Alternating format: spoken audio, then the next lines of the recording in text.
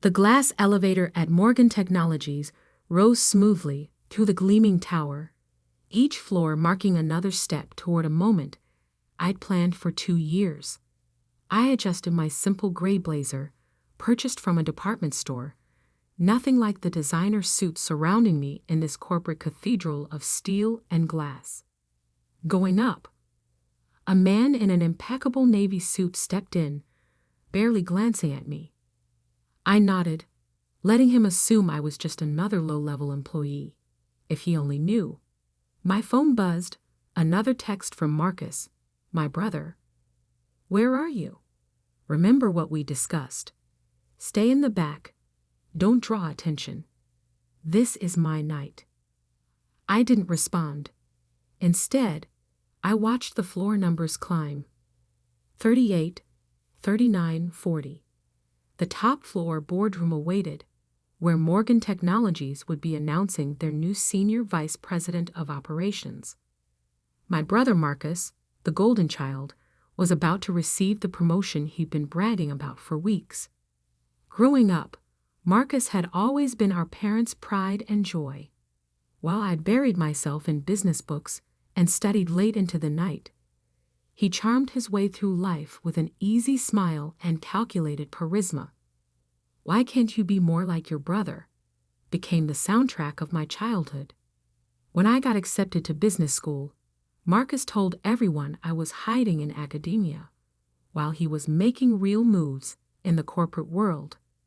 When I completed my MBA, he dismissed it as just paper compared to his real-world experience. The elevator dinged at the 45th floor. As I stepped out, memories of last month's family dinner surfaced. Sarah's still playing at being a professor, Marcus had announced, cutting into his steak. While I'm about to become the youngest SVP in Morgan Technologies history. Mom beamed at him. "We're so proud of you, sweetheart."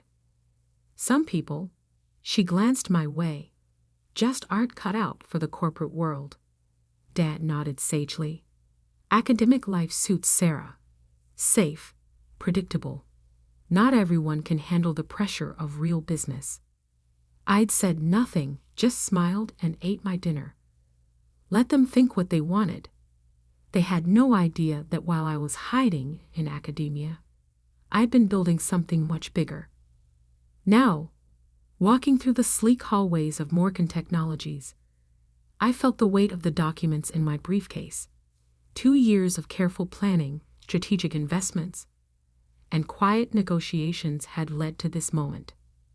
The boardroom doors loomed ahead.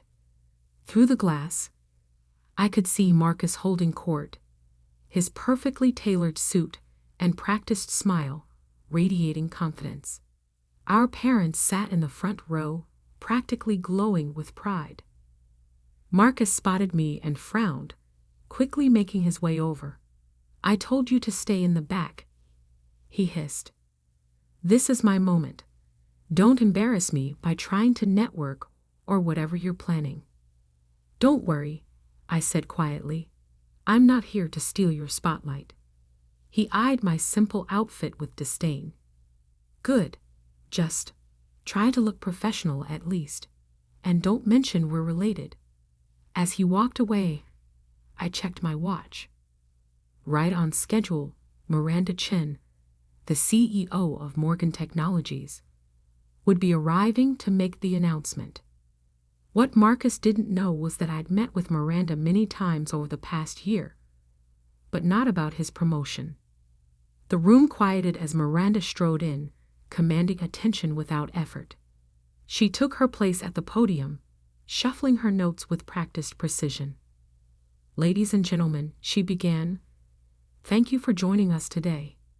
We're here to announce some significant changes at Morgan Technologies." Marcus straightened his tie, ready for his moment. "But before we discuss any promotions," Miranda continued, "I have an important announcement. As many of you know, I've been searching for the right person to take Morgan Technologies into the future.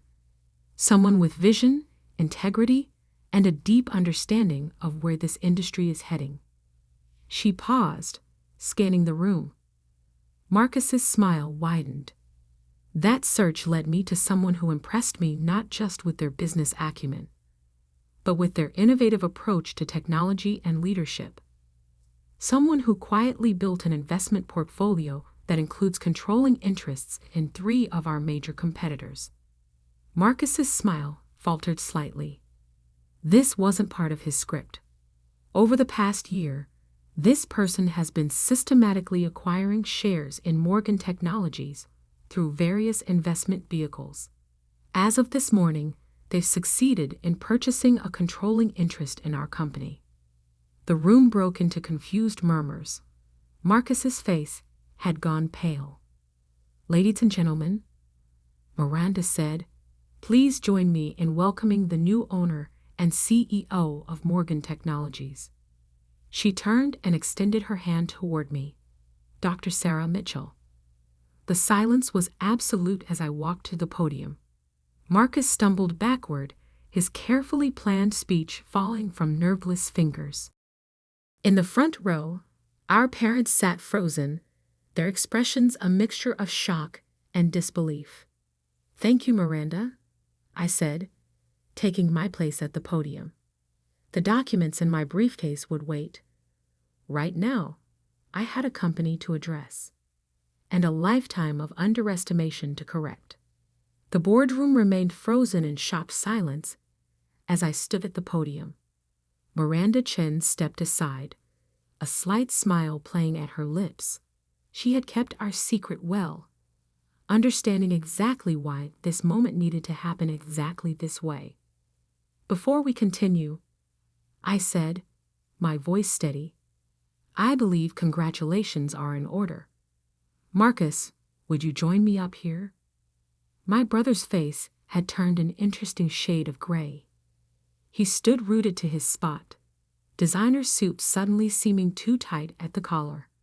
Our parents remained motionless in their front row seats, mother's perfectly manicured hands gripping her purse so tightly our knuckles had gone white. "Marcus," I repeated, letting authority fill my voice, "please." He moved woodenly toward the podium, each step looking like it physically pained him. The whispers had started now, rippling through the crowd as people connected the dots between our shared last name. "As you all know," I continued, "Marcus was to be announced as your new Senior Vice President of Operations today." I paused, letting the tension build. That announcement will still be going forward, though with some adjustments. Marcus's head snapped up, hope and confusion warring on his face. Over the past year, I've had the opportunity to review everyone's performance records, including Marcus's. While his sales numbers are impressive, there have been some concerning patterns in his management style and strategic decisions. I opened my briefcase and removed a folder, watching Marcus's eyes track my movements. Specifically, the Harrison account proposal from last quarter. I held up a document, the one where you took credit for Jennifer Torres's work while she was on maternity leave. The color drained from Marcus's face. In the audience, a young woman in a charcoal suit sat straighter. "Or the Stevens Technology merger," I continued, extracting another file, "where you conveniently failed to mention the massive pension liability that would come with the acquisition, the liability you discovered during due diligence but chose to hide." That's taken out of context," Marcus stammered, finding his voice. "You don't understand how business works in the real world. Sometimes you have to make morally questionable decisions to get ahead." I finished for him. "Steal credit from your subordinates. Hide critical information from the board." Our father stood up suddenly. "Now see here," he blustered, his face reddening. "You can't just walk in here and start making accusations. Marcus has worked his way up through a combination of charm, manipulation, and taking credit for others' work." I cut in. "Yes, I know exactly how he's worked his way up. I've spent the last year reviewing every decision, every proposal, every partnership he's been involved with. I turned to address the room at large. Morgan Technologies has an incredible team of dedicated, innovative professionals. People who work hard, support each other, and operate with integrity. Starting today, those are the people who will be recognized and rewarded. My eyes found Jennifer Torres in the crowd. Ms. Torres, I'd like to meet with you tomorrow morning to discuss your actual contributions to the Harrison Project and your thoughts on leading the new digital transformation initiative. Jennifer sat up straighter, a slow smile spreading across her face as Marcus seemed to shrink beside me. This is ridiculous. Our mother's voice cut through the room as she stood, designer heels clicking on the hardwood floor. Sarah, you've always been jealous of your brother's success. This little power play of yours. Mrs. Mitchell, Miranda interrupted smoothly. Perhaps we should continue this family discussion privately. The board and I have some organizational announcements to make. I nodded. My office, I said, indicating the large corner office that had been prepared over the past week. Now, as our parents and Marcus followed me into the office, I could hear Miranda beginning to outline the company's new direction to the assembled employees. The heavy door clicked shut behind us, muffling the sound. Have you lost your mind? Marcus exploded the moment we were alone. You can't just walk in here and... I can and I did. I replied calmly, taking my seat behind the desk. I own 51% of Morgan Technologies now. Every decision, every promotion, every strategic move goes through me. How? Our father demanded. Where did you get that kind of money? This company is worth billions. I leaned back in my chair. Remember that silly little consulting firm I started during my hiding in academia phase? Turns out there's good money in helping tech companies optimize their operations and identify acquisition targets. I smiled. Very good money, when you do it right. But you live in that tiny apartment. Our mother protested. You drive a used car. You shop at department stores. Because I was investing everything into building something bigger, I opened my laptop. Now let's discuss Marcus's new position. New position?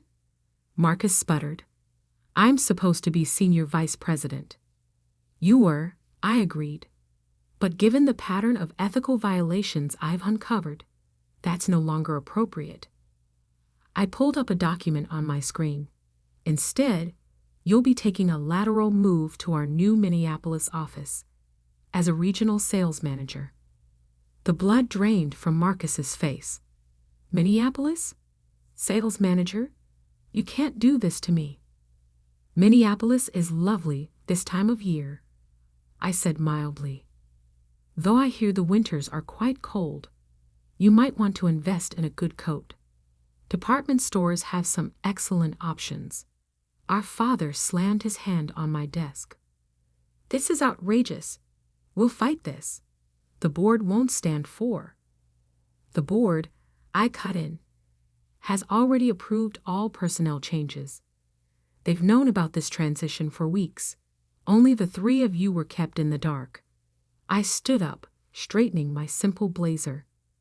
You have until the end of the day to clear out your office, Marcus. Your flight to Minneapolis leaves tomorrow morning. First class, of course. I'm not completely heartless. And if I refuse? Marcus challenged, though his voice shook slightly. Then you can explain to potential employers why you were terminated for ethical violations.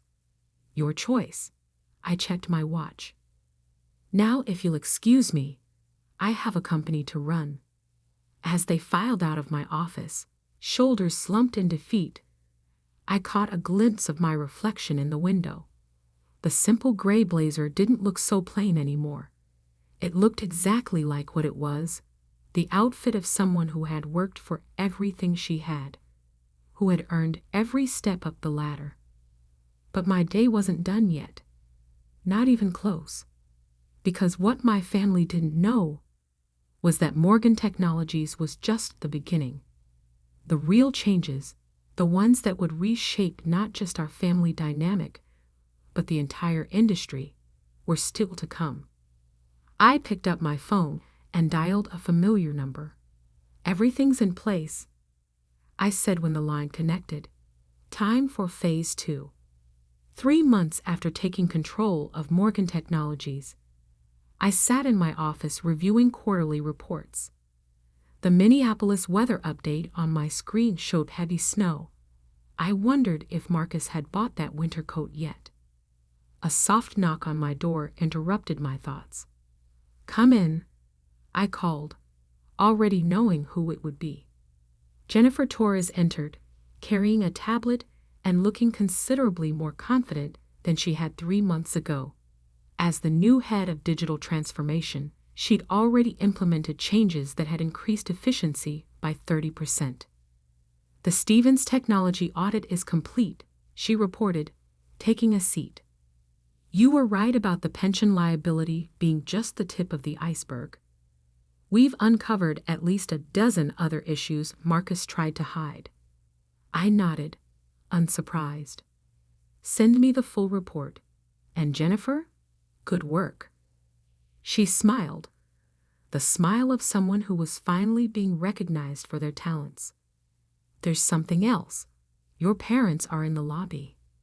I glanced at my calendar, though I already knew it was empty. "Send them up." While waiting, I opened my desk drawer and removed a thick manila envelope.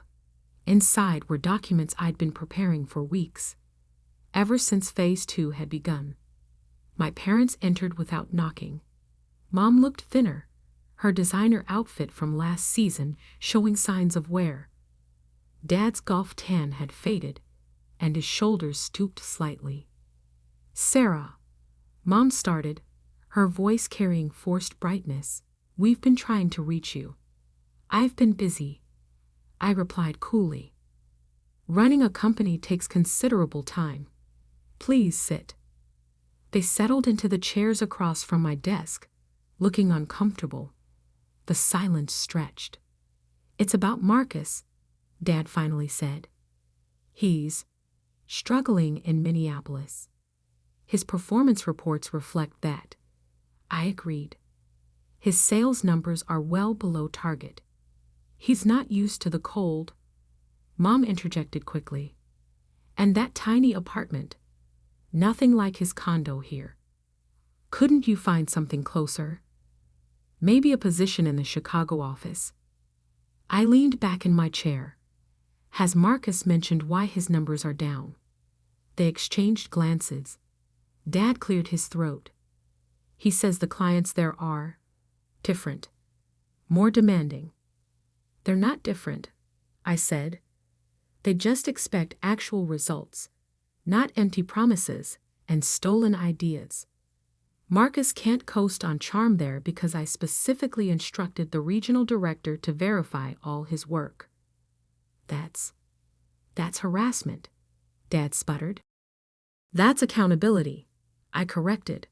"Something Marcus has never had to face before." I opened the manila envelope. "Which brings me to why I've been trying to reach you both as well." Their eyes fixed on the documents I spread across my desk. Property records, bank statements, investment portfolios. When I was reviewing Marcus's financial records, I found some interesting transactions. I continued. "Large transfers from your accounts to his, dating back 5 years. Money that came from mortgaging your house. Twice." Mom's hand flew to her throat.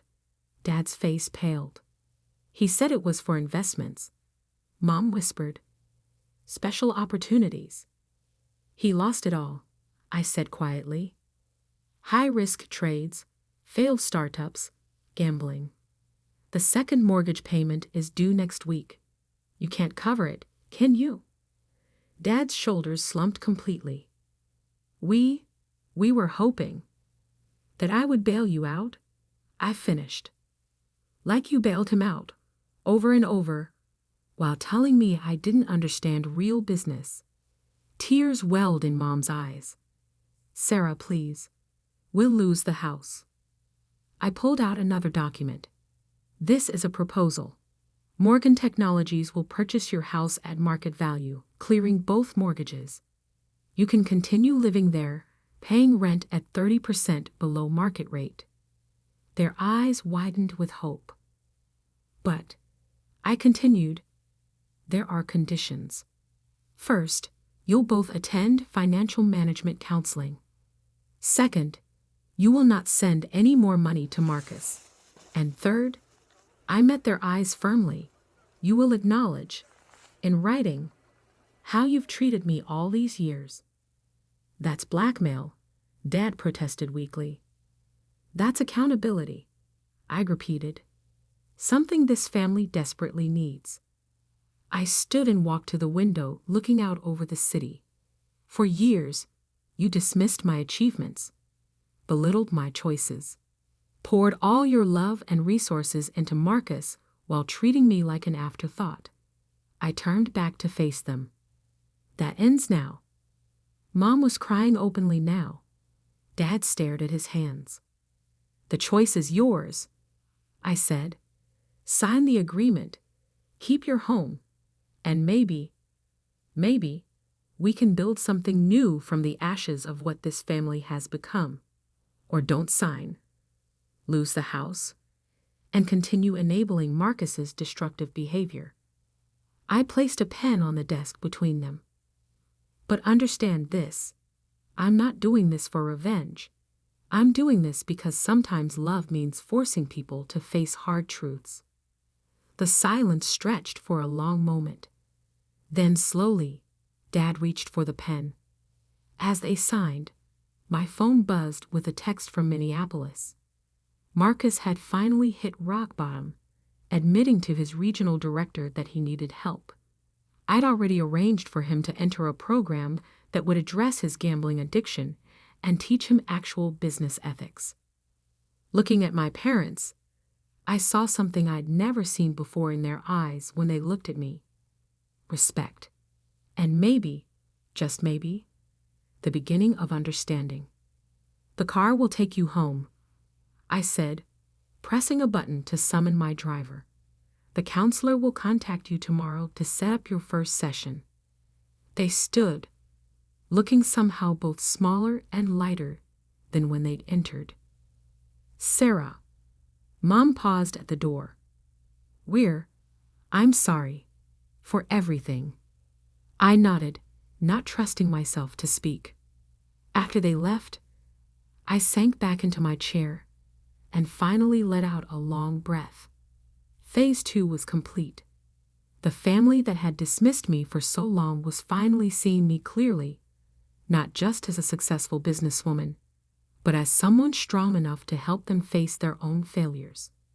Jennifer knocked again, entering with a fresh stack of reports. The board meeting starts in 10 minutes. They're eager to hear about the new expansion plans. I smiled, gathering my materials. Time to focus on the future, not just of Morgan Technologies, but of all the people who worked here. People like Jennifer, who deserved their chance to shine. As I walked into the boardroom, I caught my reflection in the window. The simple gray blazer was gone, replaced by one I'd chosen for myself. Not designer, not flashy, but perfectly suited to who I was. Someone who had built success on substance rather than style. The board members rose as I entered. They'd learned quickly that I was nothing like my brother, and everything a leader should be. Ladies and gentlemen, I began. Let's talk about where we're going next. Because success, real success, isn't about proving others wrong. It's about proving yourself right. And I was just getting started. The glass elevator at Morgan Technologies rose smoothly through the gleaming tower, each floor marking another step toward a moment I'd planned for 2 years. I adjusted my simple gray blazer, purchased from a department store, nothing like the designer suits surrounding me